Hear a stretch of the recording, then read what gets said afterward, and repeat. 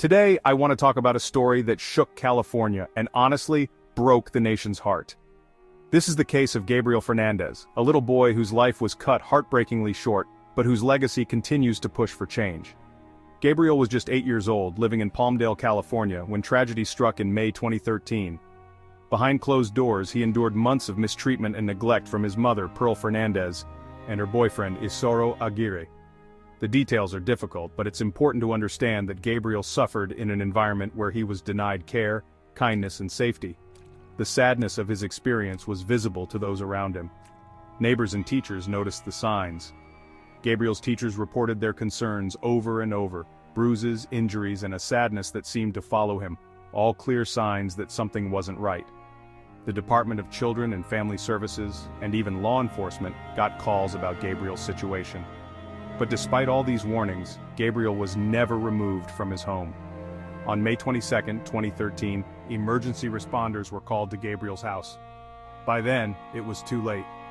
Gabriel was unresponsive and passed away 2 days later. His death was ruled a homicide, one of the worst cases of child abuse the courts had ever seen. When the trial began, the judge called Gabriel's case the most aggravated and egregious he'd ever witnessed. Both Pearl Fernandez and Isauro Aguirre were convicted. Pearl sentenced to life in prison, Aguirre to death. Since then, Pearl's attempts to get a reduced sentence have been denied. Aguirre's appeal is still pending. What makes Gabriel's story even more tragic is that it could have been prevented.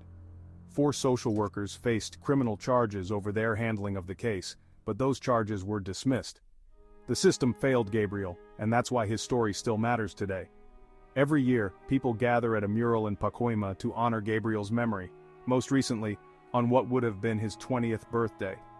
His story is a call to action, a reminder to speak up for the most vulnerable among us, and to demand that the system does better.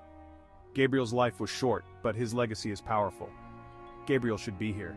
He was a beautiful child with so much to live for. We will never forget him or his story.